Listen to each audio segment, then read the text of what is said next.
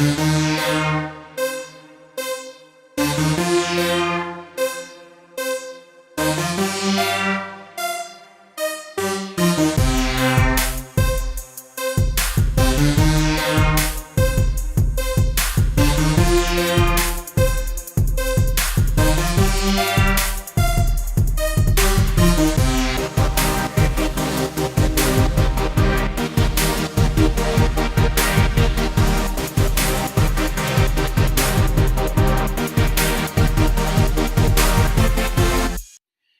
everybody, we're back. Yes. This is our new Beantown Beatdown debate edition. Yeah. Welcome to the Beantown Beatdown.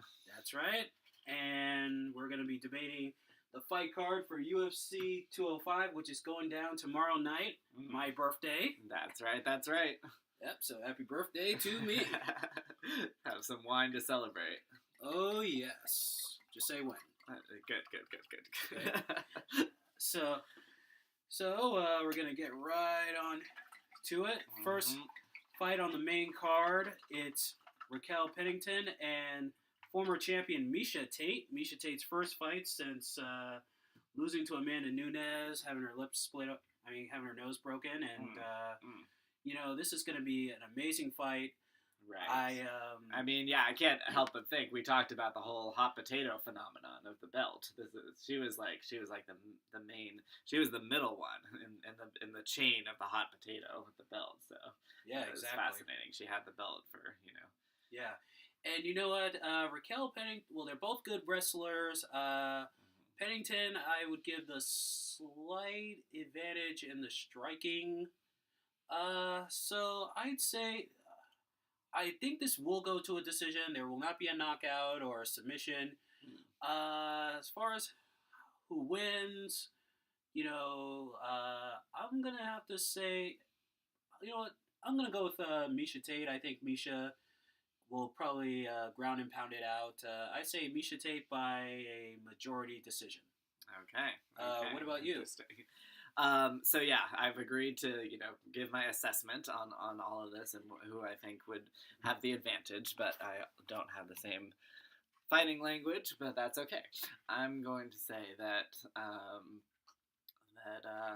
I think it actually will. Yes, I actually do think it will be Tate. I don't know Pennington, so that's probably part of it, but I've heard heard her about her striking, like you said, and I think she has she has a good solid stance, I guess I would say, that might keep Miesha at bay for a while. That's what I would say about that.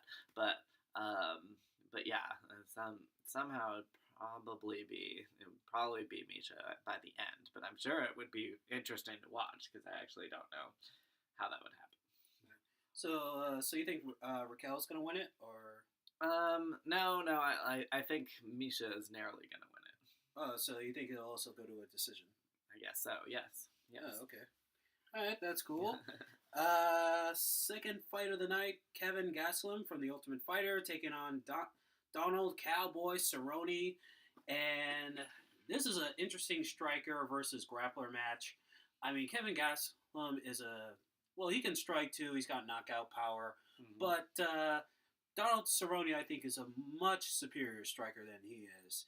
And I watched Cerrone fight before. And I would say probably in the third round, Donald Cerrone knocks out Kevin Gastelum. I think Kevin's going to give him some troubles. He's going to try and take him down, shoot in a double leg and a single leg. But I think Cerrone's going to sprawl and brawl, try to keep it on his feet, land some punches, kicks, and he's going to give him a real Muay Thai lesson. So interesting. I see Cerrone in a third round knockout. Okay. That's fascinating because I actually, my intuition was telling me something that I was like, we're probably going to disagree on this, and I don't have the same logical reasoning to back it up, but I was like, I have this, intuition that what's his name with the G? What? His last name G, right? No, Gaslam. Yeah. Gaslam, yes, thank you. So yeah, I was gonna say that Gaslam's definitely favored. I don't know. It seems like it looks like he would be favored, but yeah, my intuition was saying that it would actually be the cowboy in a surprise twist. Oh, so you're going with the cowboy too, huh? Yep. That it would somehow it would be in my mind, I was thinking it would be an upset. Like maybe Gaslam would actually have on the ropes at one point. Like maybe it would actually be. Yeah, yeah. I could see this being a real tough fight for the cowboy. So well, and I also like his entrance. Every time he walks out to the cage, he always comes out with Kid Rock's cowboy. Oh, there you Oh go. yeah, There you go. One of my yep, hip hop's favorite cowboy. Yep. By the way, I happen to have a country shirt I was given at an event. A little out of character, but we were talking about how hip hop and country kind of can sometimes merge. Oh yeah, exactly. Yeah. So now we're gonna get into Macho Doesn't Mean This. We're gonna go back to the other fights, but we're still doing Macho Doesn't Mean This on this show. Mm-hmm. So Gabe, what are we talking about today? Okay, all right. So I'm actually going to be, my preferred title for this would actually be Get Over It. Oh, so that's a new title. Yes, the new title for this is Get Over It. So welcome to Get Over It. Thank you. Because there's again we haven't talked politics, or tried to, except I broke that rule twice. But yeah, we've tried to mostly not talk politics on the show. But something does have to be said, that this election is now over, and it was so contentious that some people just still can't get over it. And I'm not saying I'm one of them, but I'm saying that I believe we're in a very different state now, and maybe it's both parties' fault, but maybe we should reconcile our differences before it's too late. Well, yeah, exactly, and the whole thing about politics. Well, of course, we have to talk about politics for this year because we're in an election year. Yeah, exactly. That's why I said it does seem natural because it's what's going on. Yeah, and also because we don't want to come off as people who don't really care about what's going on in the country and stuff. Mm-hmm. But we eventually there will be some times when we do bring it up, but we're not going to bring it up all the time, especially now with Trump being president. Mm-hmm. We'll talk about it here or there, but we don't want this to turn into The View or Dateline or not Dateline, but Meet the Press or Fox and Friends. We're not political people. We do give our views, but we are not political people. At the end of the day, we are a sports show and we like to have fun, so we're gonna keep it that way. Yeah. I guess I just do have to say that yes, that's true, and that's a great way to put it. So for this segment though, I'm gonna be talking about normally I've called my other segment Get Over Yourself. And I think that's true, but now it's like, how can we get over it? Instead of directed at me, get over it. I'm going to be asking the question, how do we get over it? And one of the things is to be civil, even if you are strong in your opinions, and even if you vehemently disagree with someone. Because I have vehemently disagreed with my coworker, and and we have remained civil because at one point I said, I don't want you to feel like I'm disrespecting your beliefs. I mean? Exactly. And I think that's what it comes down to. Is some people hear certain words and think that means a certain that the other side is disrespecting their beliefs, and yes, a word like bigot is kind of exclusionary and inflammatory to people, but if you take on certain things, you have to, be willing to say that some people will label you a certain way. It applies on both sides. There are many words that, that I find exclusionary and inflammatory to me, but I'm willing to realize when my views have led to actions that people will perceive that way. So it goes both ways. I'm not sorry to call people a bigot just because. Well, yeah, exactly. You know what I mean? Because also, as a gay man, this will definitely affect you. This is very much affecting me. Yes, good point. This is something I did not bring up with my coworker or others, but I will be starting to say that how am I supposed to feel relaxed or respecting of the new president? Maybe not himself, but when his running mate has has wanted to fund gay conversion therapy, has tried to make tried to go against federal order after federal order on gay marriage, gay rights. Has said some of the worst things in the country. About men like me. How am I supposed to, feel like I can accept him as my vice president? I don't think I can yet. Yeah, exactly, man. And the whole disagreeing and trying to be civil thing. I mean, that's just not only politics. That's just in life. I mean, let's take it out of politics. Let's take it out of politics for a little bit, if I may. Sure. Go ahead. Like you and I, we have different views on movies or sports and stuff like that. I mean, you and I, we could not be any more different if our names were Crockett and Tubbs. You are an openly gay man from the Sunshine State of California, and I am and you're Jewish. That's right. And I am a black, straight, heterosexual man from the sometimes cold state of Massachusetts. Right. But even though sometimes there are going to be times when we won't agree on things, we can still go to dinner with each other. Yeah, exactly, and that's probably we're probably a good example. Yeah, exactly. I mean, like that one time when Geraldo and Bill O'Reilly had that big blow up. Right. I mean, like they said that they're friends, but I'm like, how can they still be friends after that? I mean, if I was Geraldo, I'd want to take a pen and jab it right in Bill O'Reilly's eye. Right. But that other time when Geraldo was mad about was on one of those shows, Fox shows, and talking about Mexican, what Donald Trump said about Mexicans, and right. Geraldo, he said to one of them, it's a good thing you're my friend because otherwise I'd kick your ass.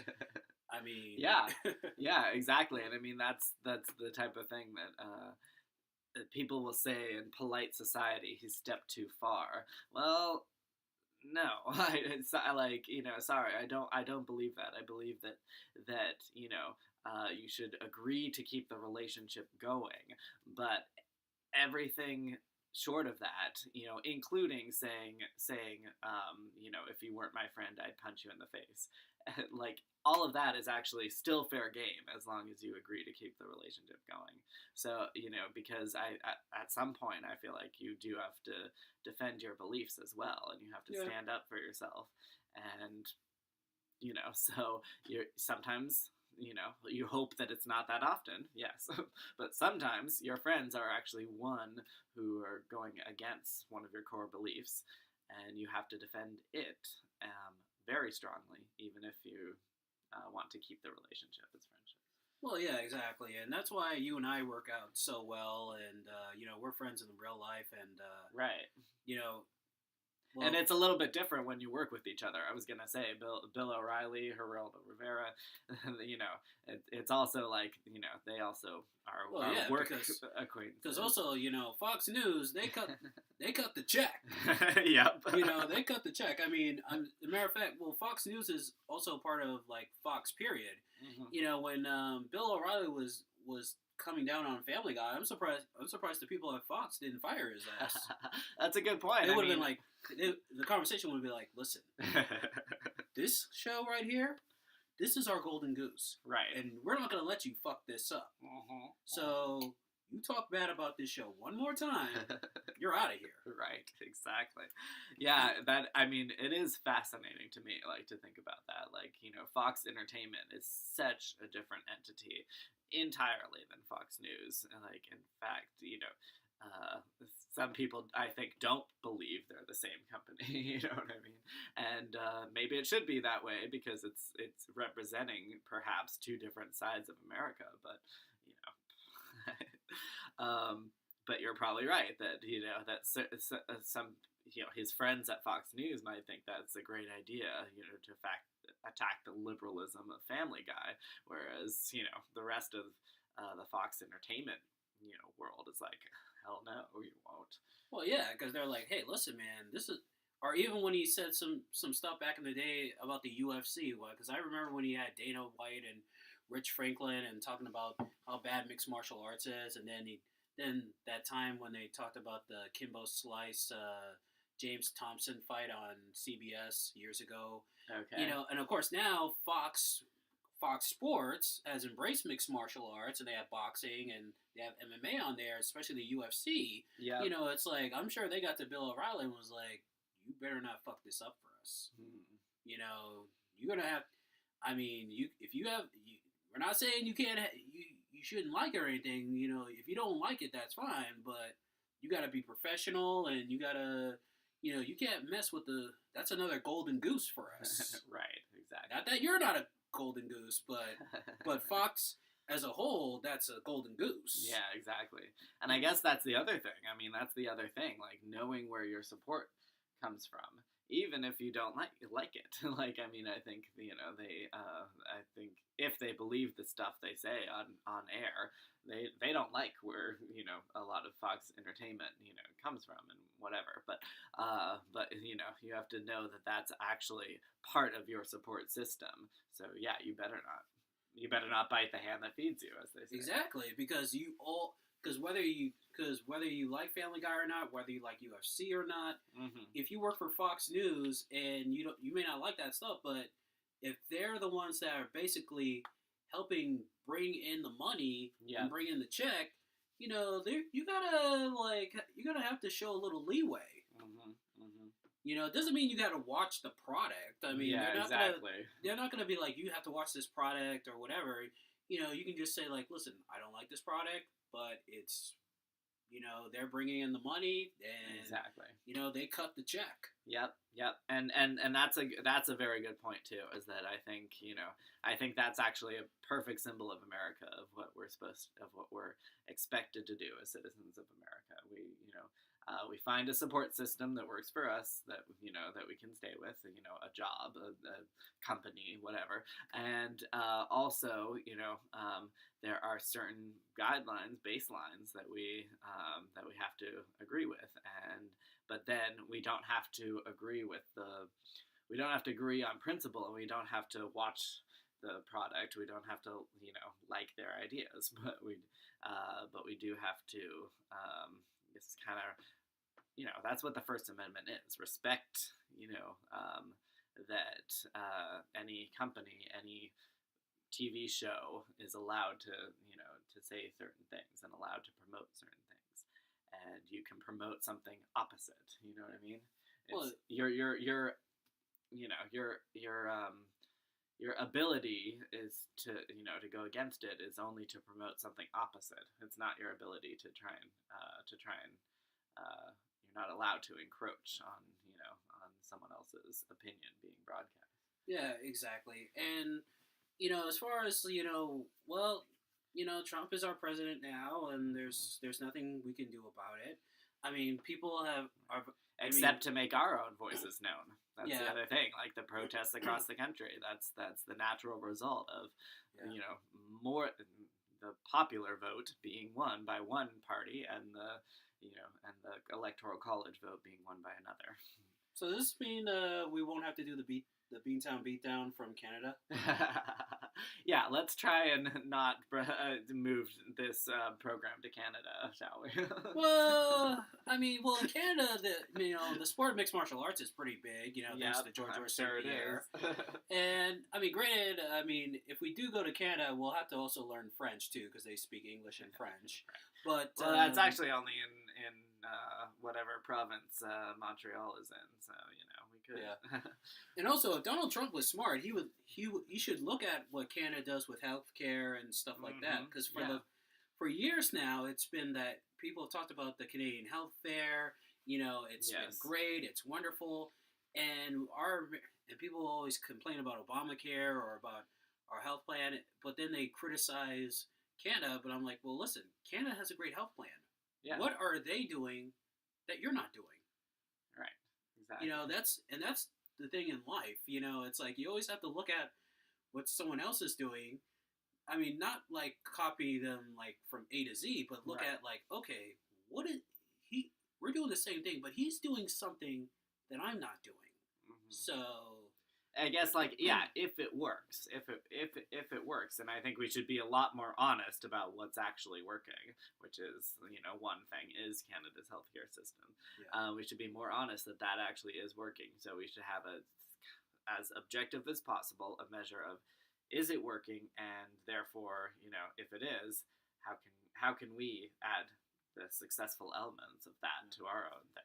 Well, yeah, but also there are two good things that came out of this election. Mm-hmm. One, we have the first Latina Senate. I forget her name. Dumb fucking me. Senator, you mean? Uh, You mean a senator? We have a new Yeah. Latina senator. Yeah, the Yeah. first the first Latina to ever be called to the Senate. So okay. that shows Fantastic. Yep. so it does show you that women can still run for office and hold an office job. It's just, as far as the president thing, it's just going to have to, there's still some mountains we have to climb. They're going to have to climb over. Yeah, exactly. And another thing that's good out of this election, and I know you're probably going to want to have a little cheers to that now that we have the wine, Yep. is that pot is legal.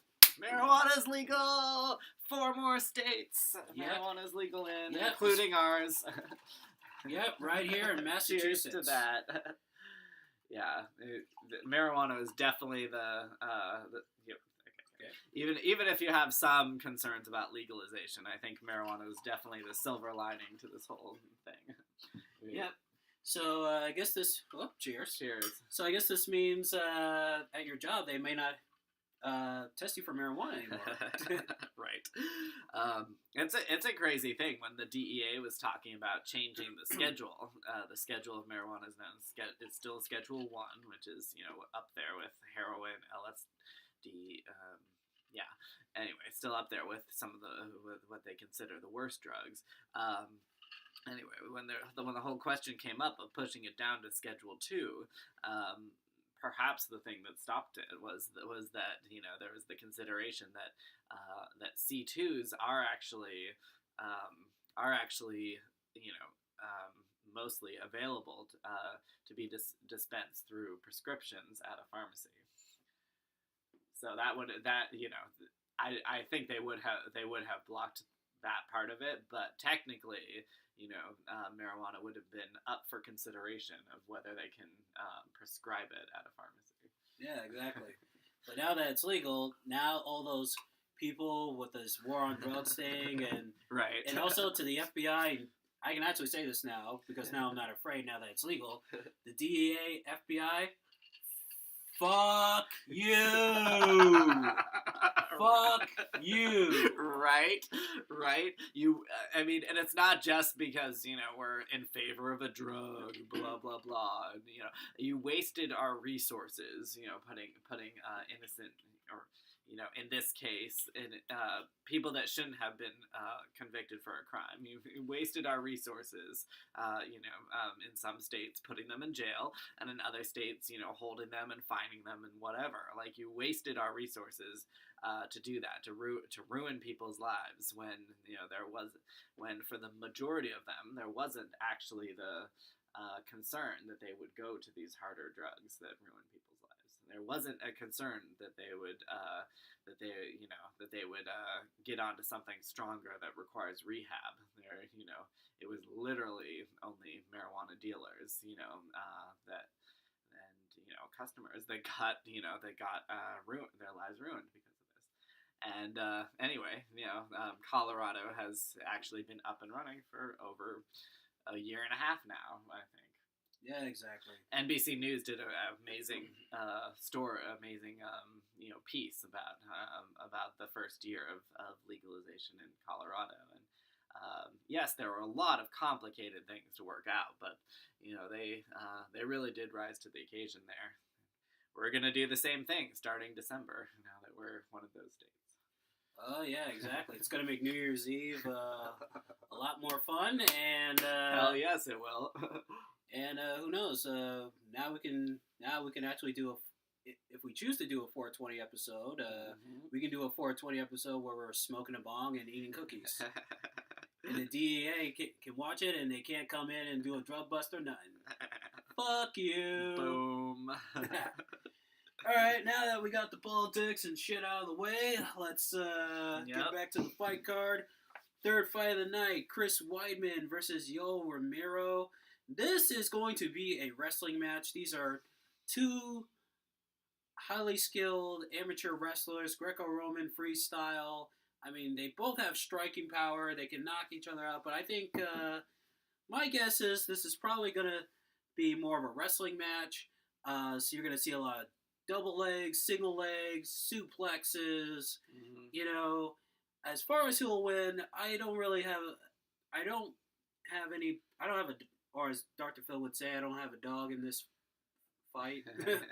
That dog ain't gonna hunt. Yeah. But no, I think the dog in the fight is more appropriate here. Yeah, dog in the fight. So I'm gonna say 50-50.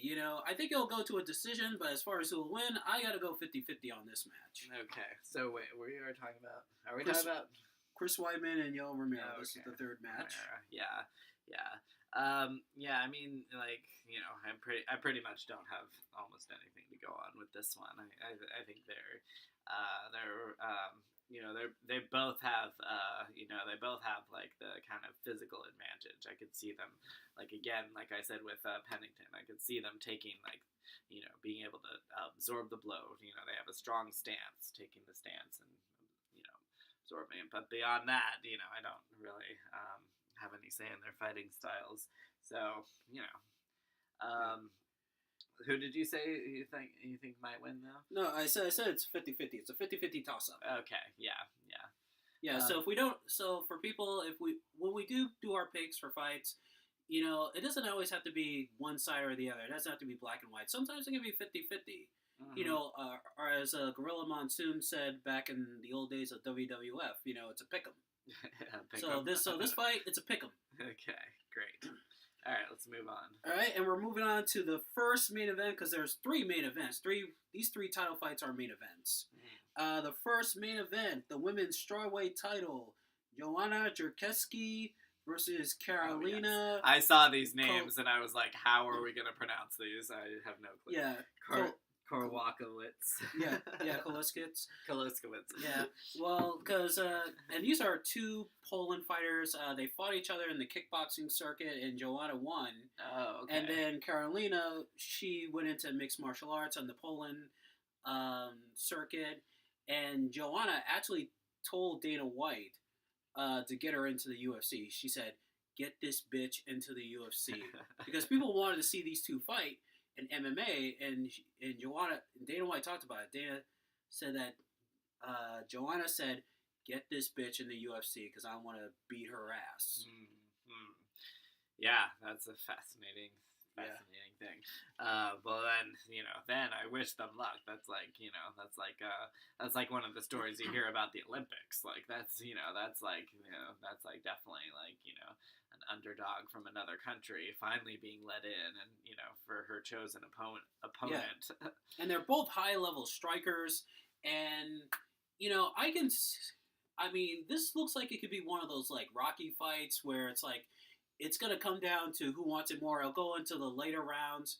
I think whatever round it goes to, somebody's gonna get knocked the fuck out. First round, second round, third round, fourth round, fifth round, doesn't matter. Yeah. Someone's getting knocked out. As for who I think is going to get knocked out, I think it's going to be Karolina. I'm going with Joanna Jędrzejczyk on this one. I mean, she is in Tyson mode right now. She's just knocking motherfuckers out. So wait, which one is she? Is she the one that was in the UFC or the one that was brought in? The one that was brought in. Okay. No, she's the one that's in the UFC now. She's the champion. Yes. In fact, at the press conference, when they went to go do the face-off, like they do the thing where the face off and stuff like that and pose. Yep. And she put her head on Joanna, and Joanna, she just went almost like a headbutt, and it almost erupted into a fight too. Mm-hmm. Especially after what happened with Connor earlier in the press conference. You know, I was looking at that. I was like, oh shit. You know. Nice. Oh, that's a fantastic question. What happens if a fight breaks out at the press conference? If a fight breaks out at a press conference, if it's to the point where like they're not really blows landed, or if they just grabbing each other and wrestle each other to the ground, you know, there'll be some fines, but I don't think they'll call the fight off, you know. So you don't think they'll react too harshly, like security and stuff? Well, security, they're there to break it up, and yeah. Dana or the promoter's there to break it up. I mean, right. I was talking to my mom about this because I DVR'd it. I was gonna watch the press conference, and I said, you know, I was talking about how it gets wild, and I also talked about the last time when Conor McGregor, when he fought Nate Diaz, and they were throwing water bottles at each other, and unfortunately one of the fans got hit. And she goes, oh, that is so crazy. I says, well, it sells pay-per-views. I mean, like, look at Tyson back in the day, you know, saying stuff like, you know, I'm going to crush your skull, I'll fuck you in your ass, you punk white boy, and, you know, biting Lennox Lewis's leg. It's like, when Tyson did that, everyone was like, oh, we got to watch this. So I mean, yeah, I mean, there's definitely something to be said for the entertainment value, you know, of that pushes it so far that, you know, that like some people like your mom would think it's too far, and yet, you know, people are just tuning in even to the press conference, not even to the fight yet. Well, yeah, exactly. You know, hey, it worked for Tyson. Even when he wasn't champion and he was getting out of his prime, people still wanted to see him fight because you knew some crazy shit was going to go down. So I'm picking Joanna by a knockout in any round it occurs in. What about you? Yeah, you know, again, I really don't have a dog in this fight, and I really don't really know. But I think I'd say 75% knockout, but I'm actually going to put a full 25%, a full quarter, that it's actually not a knockout, that they actually somehow go to the end, and then decision. So. Yeah, but who do you think is going to win, Joanna or Carolina? Again, you're gonna have to explain to me.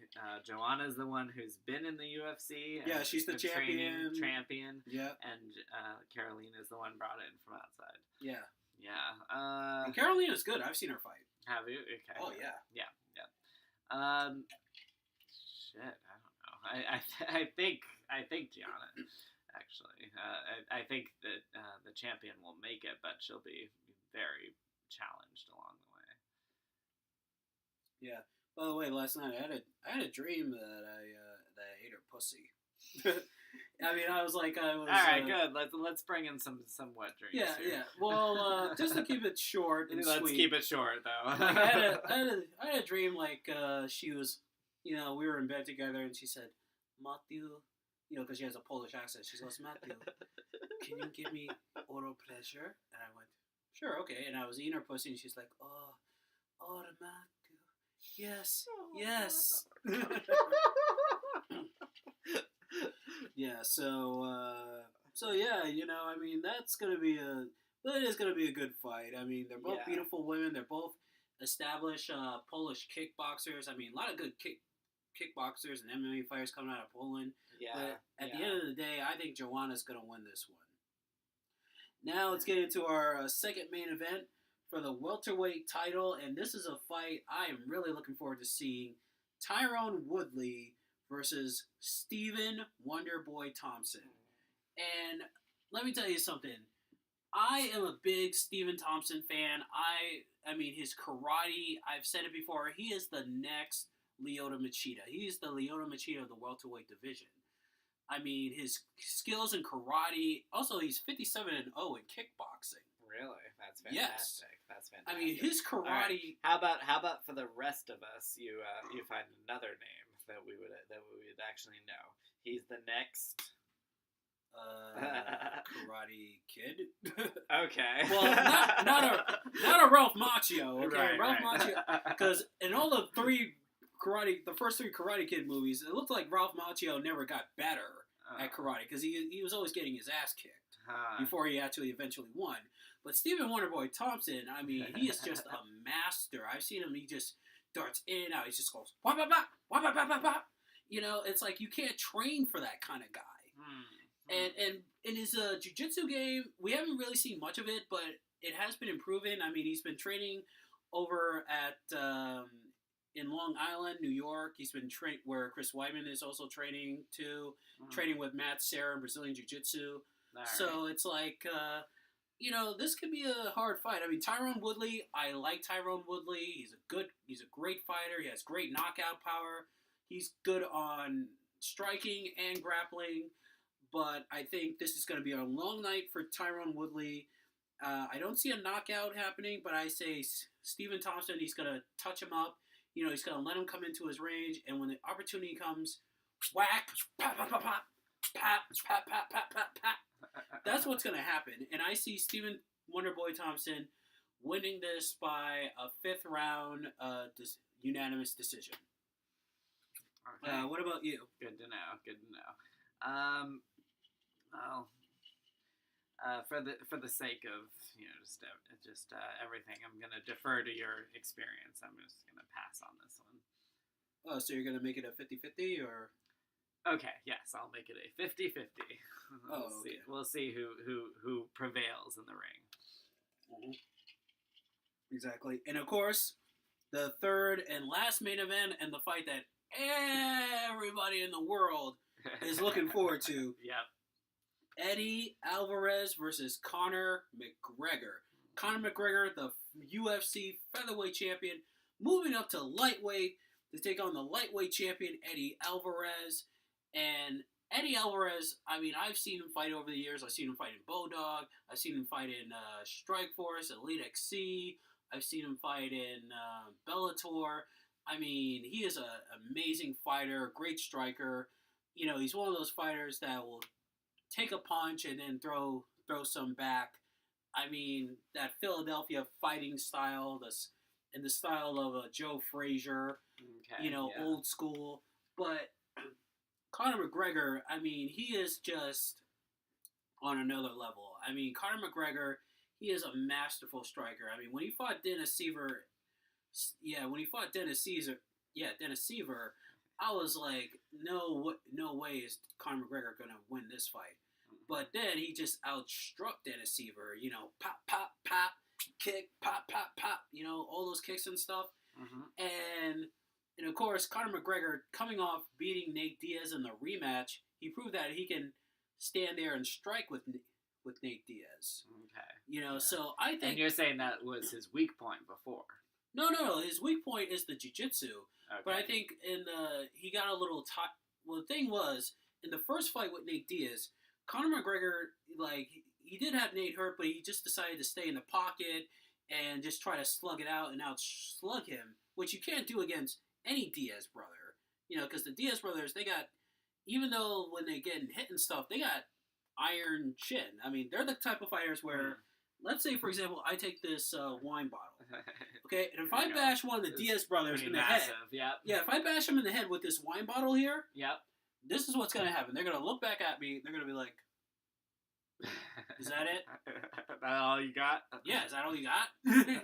You know, and he stood in the pocket, and then Nate Diaz, you know, got a little better and stuff like that.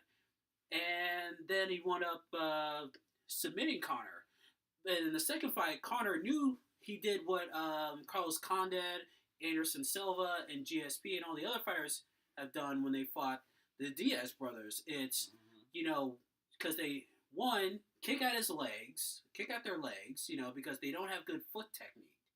So a lot of that mean mugging and saying, what bitch, yep. that's called come into my range. But when you leg kick them, it makes their footwork that's not that good, it makes it even worse.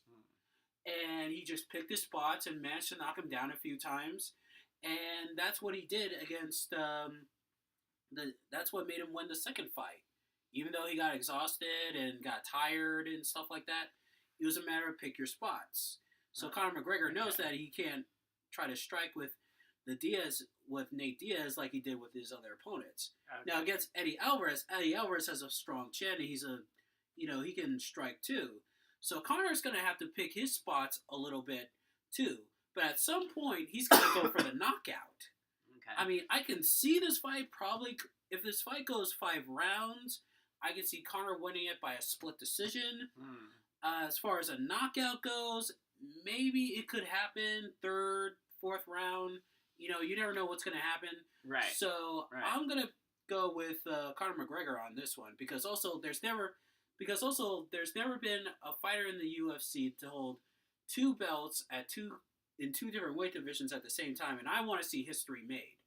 I mean, history is already being made by going into Madison Square Garden and in the first fight in New York City, but I really want to see history being made, and I'm picking Conor McGregor to win this fight.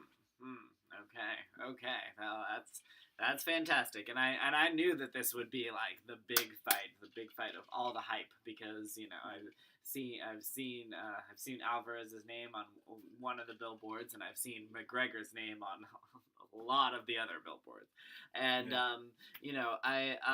so yes, I do agree with you that that it's a chance for big history to be made here. The thing is though, I'm just not quite sure. I'm gonna have to break it down into percentages again. I'm going to give McGregor 70-30. If McGregor 70, so yes, 70% chance he pulls it out. It's all the history. It's all the his adaptability is definitely huge on the list. I'm glad you kind of mentioned that he's learned from his other encounters. So that's huge in my book. So he gets 70%, but I do not put him above that just because sometimes you can get overconfident. You know what I mean? And maybe it's just kind of again the bruise from this election, but I feel like Hillary was far overconfident. And that was part of her downfall in the election. Yeah, and you really should have seen the. So you picked Conor McGregor to win, or well, again, 70%. 70%. He is likely to win. So yes, but that 30%, it was the same thing. It was kind of the same thing in the election, and that 30% can be devastating. That 30% can mean that it actually will happen, that he'll be defeated. Oh, so in other words, this is another pick'em. Not quite, but it's a pick'em with the edge to McGregor. Yeah, with the edge to McGregor. Yeah. Yeah, and you really should have seen the press conference yesterday because, first, Conor McGregor arrived late to the press conference. Right. And at one point, Eddie Alvarez said, "You know what? I don't talk to me when you have an opponent here until I'm not fighting anybody here. I don't see my opponent here." And he said, "You know what? I'm out." And he dropped the mic and went backstage. And then when Conor finally arrived, he arrived in a Gucci mink coat, like a pimp. And then, but here's the thing: when Eddie Alvarez left, he left his lightweight title belt there. Oh. And Conor, he took the belt and like in pro wrestling, just took the belt, held it up, and put it on his thing. Where the place where he was sitting, right? And then of course Eddie, came back and eventually, and there was almost a scuffle. Dana had to get in between them, and Eddie took the belt, and then Eddie gave him a chair because there was no chair there, and Eddie was there, and Conor took up the chair, and it looked like he was almost gonna hit him with the chair. Oh my God! Conor was like, ugh! And Dana was, and the guys there were like, no, stop! Right. Do not go there. Yeah, and I was like, whoa! I remember, and then when it got to the talking part, because Eddie Alvarez, he said you need to apologize for what you said about my wife and my daughter, and Conor said, you know what, suck my big Irish balls. Yeah, and he was like, and Conor was like, yeah, you see this? I run New York City. New York City. I run New York City. I'm the mayor of New York City. The Irish people, we built New York City. We're taking it back. And fans were just cheering. And I remember looking at this and I'm like, I like this guy. I like this guy. And I was right. that is like Ali Tyson rolled in a one right there. I mean, like, with a smidge of WWE, with the chair and stuff. I was like, what? I was like, oh shit, we gonna go WWE on this bitch? Yeah, exactly. I mean, that's got to be just something else. That's got to be just something. Oh yeah, and let me tell you something. That's why I like people like Conor McGregor, because like press conferences leading up to fights, it's like he is the absolute shit talker. He's like, listen, I'm gonna take these belts. I'm gonna take all these belts here. And even Tyron Woodley, who's a champion, he says like, I'm gonna take all these belts you see up here. I'm gonna take them. I'm gonna take the lightweight title. I'm gonna take the welterweight title. And of course, Tyron was like, he's kind of dismissive. He's like, if I was Tyrone, I would have been like, like, oh, you want to come up and take my belt, bitch? Bring it, motherfucker. Yeah. You know what I'm saying? So yeah. I'm definitely, because that's the kind of, and I was telling my mom this, and Mom, if you are watching this, which I'm probably sure you are going to be, I love you, but, you got to be educated a little bit on the fight game. Like I was trying to tell my mom, it's like, that kind of stuff makes people look at that and go like, whoa, I gotta watch this. I'm gonna spend my hard-earned money in order that pay-per-view. And that's what I've been doing. I mean, I've been wanting. Let me tell you something. I told my mom yesterday. I said, this fight, November 12th on Saturday, it can't come any sooner, and it's my birthday. Cheers to that. Oh yes, cheers to that. It's my birthday. It's on my birthday. It is the first UFC fight in Madison Square Garden, the same place where, boxing legends like Sugar Ray Robinson fought, Joe Louis, Rocky Marciano, Muhammad Ali, Joe Frazier, Mike Tyson. It goes back to Muhammad Frazier once again, Well, yeah, Ali Frazier fight. Yeah, the first two fights were at Madison Square Garden. Yeah. And of course, Roberto Duran, he won the lightweight title there in the 70s, like I think it was 72 or 71. He won the lightweight title from Ken Buchanan. Yeah. And in 83, he won the junior middleweight title from Davey Moore. I mean, like, this is history, man. You're in the same building where Muhammad Ali and Frazier and Duran and all those great fighters fought there. Sugar Ray Robinson, Mike Tyson, Bernard Hawkins, Felix Trinidad. Right. UFC is making history, and this is I know they don't do like special names for fights anymore, like the Rumble in the Jungle or anything. But if I were Thrill in Manila, Thrill in Manila. But if I were in charge of the UFC, I would call this fight the Brawl on Broadway. Oh yes, this is going to be a brawl on Broadway. This is the one Broadway show everybody's going to want to see. Forget Hamilton, forget Spider-Man, Rent. This is the one Broadway show. And even though there's going to be kicking, fighting, punching and stuff, there'll still be some jazz hands. For the gay community, it's like, jazz hands. It's the Brawl on Broadway. Perfect. By the way, real quick, how many New York celebrities do you think are going to be there? Oh yeah, this is a lot more of my wheelhouse. I would say quite a few. Especially if they roll out the red carpet, as it were. I'd say,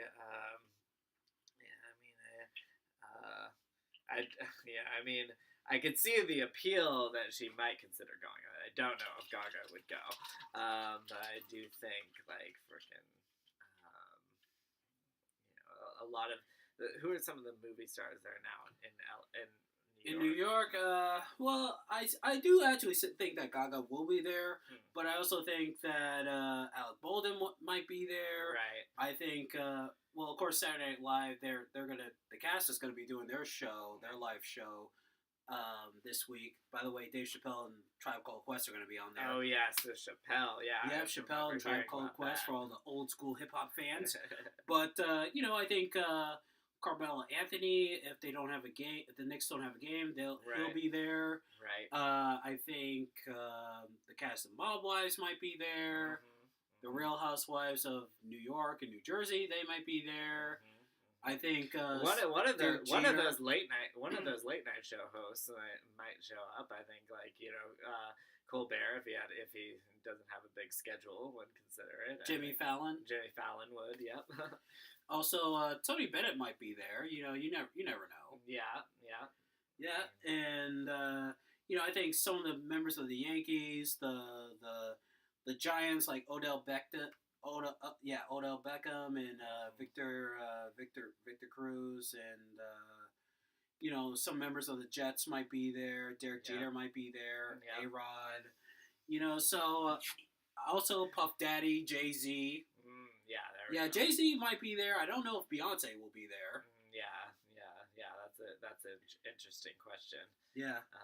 But hey, I mean, she has so much pull in so many other aspects of society. Maybe she figures she could actually solidify all her pull, all her influence if she actually also reaches out to the fight fan community. Yeah. You know what I mean? Yeah. Also, the cast of Mob, like I said before, the cast of Mob Wives will probably be there, even though we gotta separate Drita and Karen. Okay. We gotta separate those two. But, New York City, Madison Square Garden, the world's famous arena. Yeah. And take it out of the fight realm for a minute. Michael Jackson performed there. Rolling Stones, the Beatles. Yes. Patrick Ewing, Michael Jordan, Yep. Reggie Miller, John Starks, Willis Reed, Walt Clyde Frazier. Yeah, there we go. Wayne Gretzky when he played for the Rangers. Mm-hmm. So, I mean, this is going to be a historic night for mixed martial arts, and I cannot wait for this. And to end it on a high note, I'm going to end it with the first verse of, that Sinatra song, right? Okay. Right, I know many Sinatra songs, but... Well, all right, I'll sing the first part, you sing the second part. Okay. Start spreading the news. I'm leaving today. I want to be a part of it. New York, New York. Take it. These vagabond shoes are longing to stray. Oh, to the very heart of it. New York, New York. Yeah, we'll sing this one together. I want to wake up in a city that never sleeps and find I'm king of the hill, top of the heap. It's up. We know the rest of it. It's up to you, New York, New York. All right. So thank you, everyone. Thank you, everyone, for watching this. Every other 2 weeks, we're going to be doing shows like this. So Bloody Knuckles TV is still in business. Mm-hmm. And check us out in 2 weeks. We won't. Of course, our next show will be after the Thanksgiving holiday. That's right. Yes, but there's more news to come about how we're going to be broadcasting in the future. So absolutely. Stay tuned. So from Beantown to your town, this is the Beantown Beatdown. Saying, I'm Matthew Burris, Gabe Shamus, saying, New York, New York.